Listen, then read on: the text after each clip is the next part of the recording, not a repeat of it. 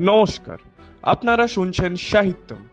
প্রতি শনিবারের মতো আজকেও আমরা নিয়ে উপস্থিত হয়েছি একটি মজার গল্প, আমার ভাল্লুক শিকার। গল্পের লেখক শিবরাম চক্রবর্তী।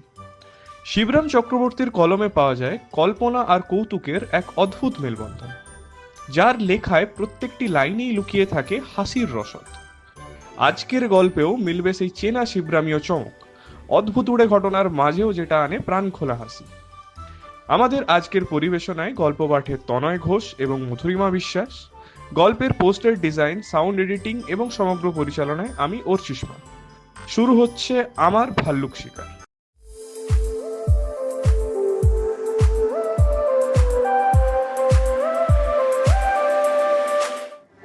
তোমরা আমাকে গল্প লেখক বলেই জানো, কিন্তু আমি যে একজন ভালো শিকারী এ খবর নিশ্চয়ই তোমাদের জানা নেই। আমি নিজেই এ কথা জানতাম না শিকার করার আগের মুহূর্তে পর্যন্ত। আজকাল প্রায়ই শোনা যায় কোথায় নাকি 10-12 বছরের ছেলেরা 10-12 হাত বাঘ শিকার করে ফেলেছে। আজকের এই জুলাইয়ের খবরের কাগজেই তোমরা দেখবে একটা 7 বছরের ছেলে 9 ফিট বাঘ সাবার করে দিয়েছে। তোমরা হয়তো বলবে যে ছেলেটার ওজনের চেয়ে বন্দুকের ওজনই যে ভারী, তা হতে পারে। তবু এ কথা আমি অবিশ্বাস করি না, বিশেষ করে যখন খবরের কাগজে ছাপার অক্ষরে নিজের চোখে দেখেছি। আমার ভালুক শিকারের খবরটাও কাগজে দেখেছিলাম, তারপর থেকেই তো ঘটনাটায় আমার দারুণ বিশ্বাস হয়ে গেছে। প্রথমে আমি ধারণা করতেই পারিনি যে আমি ভালুকটাকে মেরেছি, এবং ভালুকটারও মনে যেন সেই সন্দেহই বরাবর ছিল মনে হয় মরার আগে পর্যন্ত। কিন্তু যখন খবরের কাগজে আমার শিকার কাহিনী নিজে পড়লাম, তখন নিজের কৃতিত্ব সম্পর্কে অমূলক ধারণা আমার দূর হলো। ভালুকটার সন্দেহ বোধ হয় শেষ অবধি থেকেই গেছিল, কেননা খবরের কাগজটা চোখে দেখার পর্যন্ত তার সুযোগ হয়নি।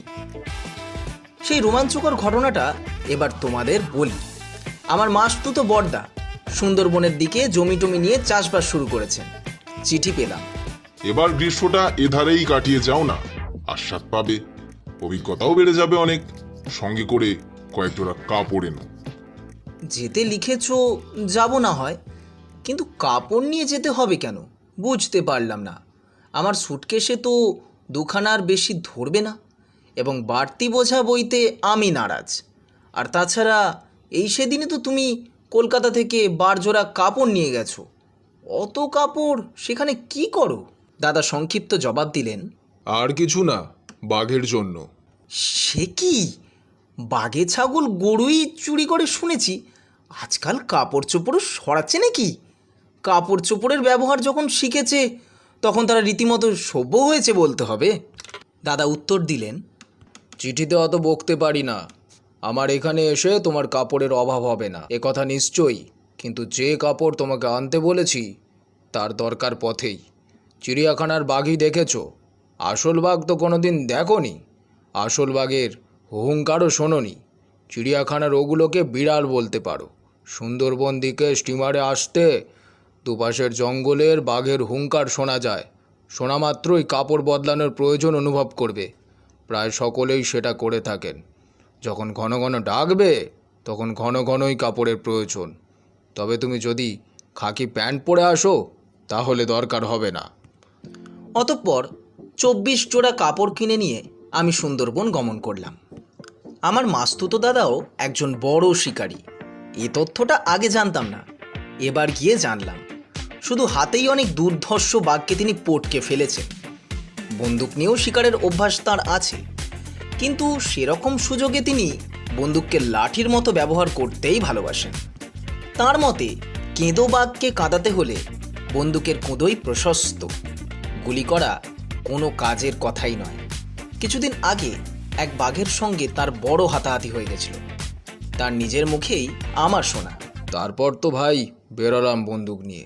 কি করি, সমস্ত গ্রামের অনুরোধ, ঠেলা তো যায় না। সঙ্গে লোকজন নিয়ে শিকারে যাওয়া আমি পছন্দ করি না। একবার অনেক লোক সঙ্গে নিয়ে গিয়ে যা বিপদে পড়েছিলাম কি বলবো। বাঘ করলো তাদের তাড়া, তারা এসে পড়লো আমার ঘাড়ে। মানুষের তাড়ায় প্রাণে মারা যায় আর কি। একাই গেলাম। কিছু দূর যেতেই দেখি সামনে বাঘ, বন্দুক ছাড়তে গিয়ে জানলাম টোটা আনা হয়নি, আর সে বন্দুকটা এমন ভারী যে তাকে লাঠির মতো খেলানো যায় না। কি করি, বন্দুক ফেলে দিয়ে শুধু হাতেই বাঘের উপর ঝাঁপিয়ে পড়লাম।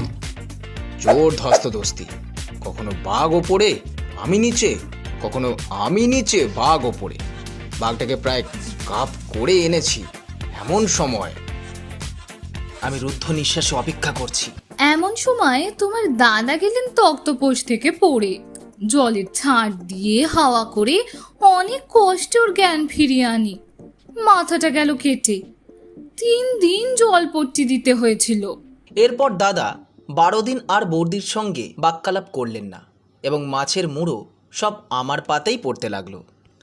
দাদা একদিন চুপি চুপি আমায় বললেন, তোমার বৌদির কীর্তি জানো তো? খুকিকে নিয়ে পাশের জঙ্গলে জাম কুড়োতে গিয়ে পড়েছিলেন এক ভালুকের পাল্লায়। খুকি তো পালিয়ে এলো, উনি ভয়ে জবু থবু হয়ে একটা উইয়ের ঢিপির উপর বসে পড়ে এমন চেঁচামেচি আর কান্নাকাটি শুরু করলেন যে ভালুকটা ওর ব্যবহারে লজ্জিত হয়ে ফিরে গেল।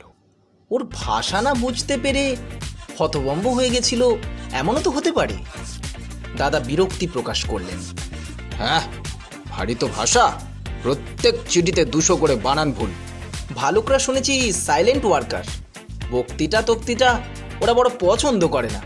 কাজেই বৌদি ভালুক তাড়াবার ব্রহ্মাস্ত্রই প্রয়োগ করেছিলেন, বুঝলে দাদা? দাদা কোনো জবাব দিলেন না, আপন মনে গজরাতে লাগলেন। সেদিন বিকালেই দাদার মনোভাব টের পাওয়া গেল। তিনি আমাকে হুকুম করলেন পাশের জঙ্গল থেকে এক ঝুড়ি জাম কুড়িয়ে আনতে, সেই জঙ্গল যেখানে বৌদির সঙ্গে ভালুকের প্রথম দর্শন হয়েছিল। দাদার গড় হজম হয়েছিল, তাই জাম খাওয়া দরকার। কিন্তু আমি দাদার ডিপ্লোম্যাসি বুঝতে পারলাম। আমাকে ভালুকের হাতে ছেড়ে দিয়ে আমাকে শুদ্ধ বিনা আশেই হজম করবার মতলব। বুঝলাম বৌদির পক্ষে যাওয়া আমার ভালো হয়নি। আমতা আমতা করছি দেখে দাদা বললেন, আমার বন্দুকটা না হয় নিয়ে যা, কিন্তু দেখিস ভুলে ফেলে আসিস না যেন। ওহ, কি কুটচক্রি আমার মাস্তুতো বর্দা! ভালুকের সম্মুখে দাঁড়িয়ে বক্তৃতা করা এবং আমার পক্ষে সম্ভব হতে পারে, কিন্তু বন্দুক ছোঁড়া? একলা থাকলে হয়তো দৌড়ে পালিয়ে আসতে পারবো, কিন্তু ওই ভারী বন্দুকের হ্যান্ডিক্যাপ নিয়ে দৌড়তে হলে সেই রেসে ভালুকে যে প্রথম হবে, এ বিষয়ে আমার যেমন সন্দেহ ছিল না, দেখলাম দাদাও তেমনি স্থির নিশ্চয়। দাদা জামের ঝুড়ি আর বন্দুকটা আমার হাতে এগিয়ে দিয়ে বললেন, চট করে যা, দেরি করিসনি। তোর ভয় করছে নাকি? অগত্যা আমায় বেরোতে হলো। বেশ দেখতে পেলুম আমার মাস্তুতো বর্দা আড়ালে একটু মুচকি হেসে নিলেন।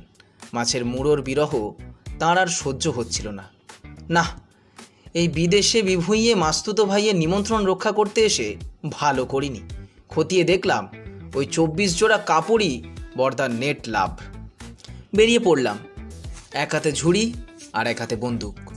নিশ্চয়ই আমাকে খুব বীরের মতো দেখাচ্ছিল, যদিও একটু বিশ্রী রকমের ভারী, তবু বন্দুকে আমায় বেশ মানায়।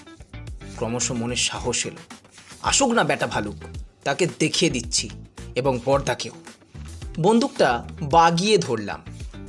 ঝুড়িটা হাতে নেওয়া যতটা মনুষ্যত্বের মর্যাদা লাঘব হয়েছিল, বন্দুকে তার ঢের বেশি পুষিয়ে গেছে। আমাকে দেখাচ্ছে ঠিক বীরের মতো। অথচ দুঃখের বিষয়, এই জঙ্গল পথে একজনও দেখবার লোক নেই। এ সময় একটা ভালুককে দর্শকের মধ্যে পেলেও আমি পুলকিত হতাম। বন্দুক কখনো যে ছাড়িনি তা নয়, আমার এক বন্ধুর একটা ভালো বন্দুক ছিল। হরিণ শিকারের উচ্চভিলাষ বশে তিনি ওটা কিনেছিলেন। বহুদিনের চেষ্টায় ও পরিশ্রমে তিনি গাছ শিকার করতে পারতেন।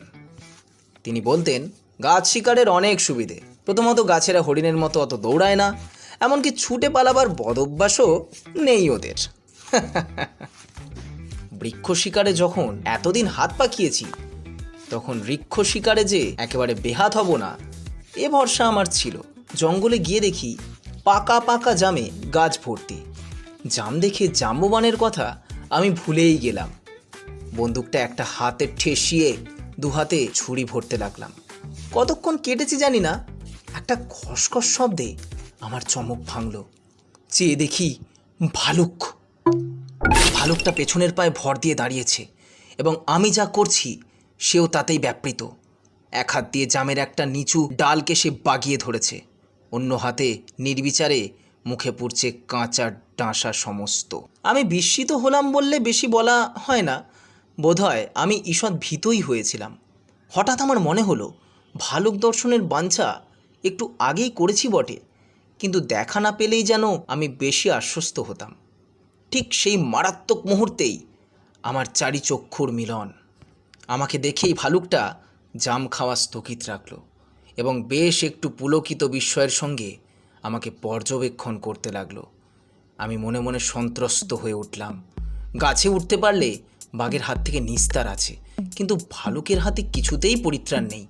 ভালুকরা গাছে উঠতেও ওস্তাদ। অগত্যা শ্রেষ্ঠ উপায় পালিয়ে বাঁচা।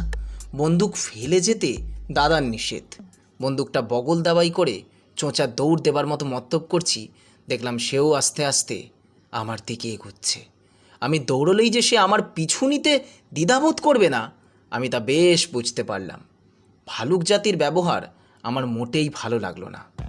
আমিও দৌড়াচ্ছি, ভালুকও দৌড়াচ্ছে। বন্দুকের বোঝা নিয়ে ভালুক দৌড়ে আমি সুবিধে করতে পারবো না বুঝতে পারলাম। যদি এখনও বন্দুকটা না ফেলে দিই তাহলে নিজেকেই এখানে ফেলে দিতে হবে। অগত্যা অনেক বিবেচনা করে বন্দুককে বিসর্জন দিলাম। কিছু দূর দৌড়ে ভালুকের পদশব্দ না পেয়ে ফিরে তাকালাম, দেখলাম সে আমার বন্দুকটা নিয়ে পড়েছে।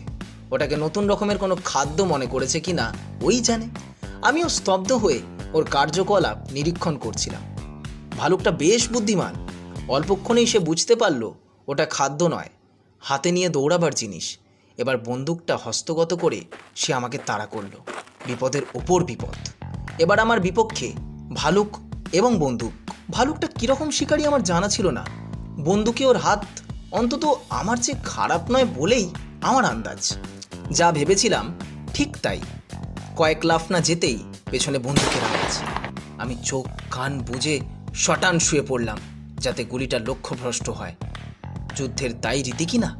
তারপর আবার দুরুম, আবার সেই বন্দুক গর্জন। আমি খেয়ে শুয়ে শুয়ে দুর্গারাম করতে লাগলাম। ভালুক শিকার করতে এসে ভালুকের হাতে না স্বীকৃত হয়ে যাই। আমি চোখ বুজেও যেন স্পষ্ট দেখছিলাম ভালুকটা আস্তে আস্তে আমার দিকে এগিয়ে আসছে। তার গুলিতে আমি হতাহত। অন্তত একটা কিছু যে হয়েছি সে বিষয়ে সে নিঃসন্দেহ। গুলির আঘাতে না যাই, ভালুকের আঘাতে এবার গেলাম। মৃত্যুর পূর্বক্ষণে জীবনের সমস্ত ঘটনা বায়োস্কোপের ফিল্মের মতো মনশ্চক্ষের ওপর দিয়ে চলে যায় বলে একটা গুজব শোনা ছিল। সত্যিই তাই। একেবারে হুবহু ছোটবেলার পাঠশালা পালানো, আম শিকার থেকে শুরু করে আজকের ভালুক শিকার পর্যন্ত প্রায় 400 পাতার একটা মোটা সচিত্র জীবন স্মৃতি আমার মনে মনে ভাবা, লেখা, ছাপানো, প্রুফ কারেক্ট করা, এমনকি তার 5000 কপি বিক্রি অবধি শেষ হয়ে গেল। 1 সেকেন্ড, 2 সেকেন্ড, 3, 4, 5 সেকেন্ড, এর মধ্যে এত কাণ্ড হয়ে গেল। কিন্তু ভালুক ব্যাটা এখনো এসে পৌঁছলো না তো। কি হলো তার? এতটা দৌড়ে ক্লান্ত হয়ে পড়েছে কি? ঘাটটা ফিরিয়ে দেখি, ও মা, সেও যে শটান চিৎপাত। সাহস পেয়ে উঠে দাঁড়ালাম। এ ভালুকটা তো ভারী অনুকরণ প্রিয় দেখছি, কিন্তু নড়ে না চড়ে না যে। কাছে গিয়ে দেখলাম নিজের বন্দুকের গুলিতে নিজেই মারা গেছে বেচারা। বুঝলাম অত্যন্ত মনোক্ষোভেই এই অন্যায়টা সে করেছে। প্রথম দিন বৌদির ব্যবহারে সে লজ্জা পেয়েছিল। আজ আমার কাপুরুষতার পরিচয় সে এতটা মর্মাহত হয়েছে যে আত্মহত্যা করা ছাড়া তার উপায় ছিল না। বন্দুক হাতে সগর্বে বাড়ি ফিরলাম। আমার জামহীনতার লক্ষ্য করে দাদার অসন্তোষ প্রকাশের পূর্বেই ঘোষণা করে দিলাম, বৌদির প্রতিদ্বন্দ্বী সেই ভালুকটাকে আজ নিপাত করে এসেছি। কেবল 2টো শট, ব্যাস খতম।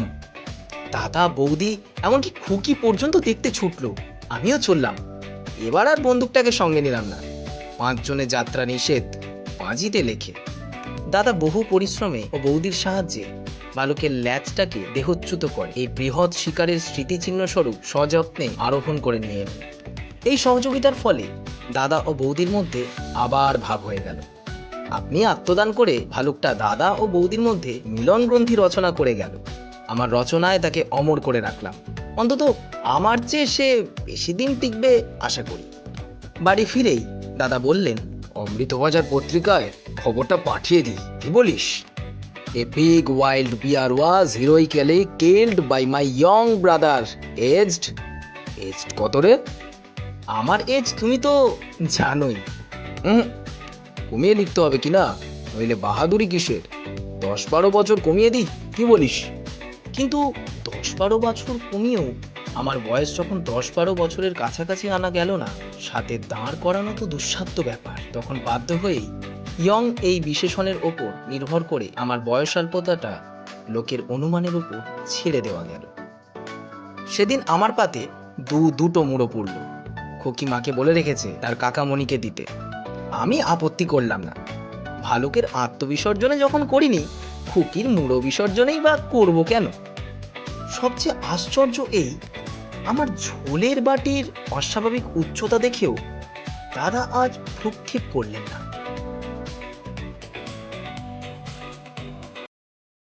এতক্ষণ আপনারা শুনছিলেন শিবরাম চক্রবর্তীর লেখা আমার ভালুক শিকার। আমাদের পরিবেশনা যদি আপনাদের ভালো লেগে থাকে তাহলে চ্যানেলটিকে সাবস্ক্রাইব করতে ভুলবেন না। এরকম আরও মজার মজার গল্প পেতে হলে জুড়ে থাকুন সাহিত্যমের সঙ্গে। শীঘ্রই দেখা হচ্ছে একটি নতুন গল্প নিয়ে।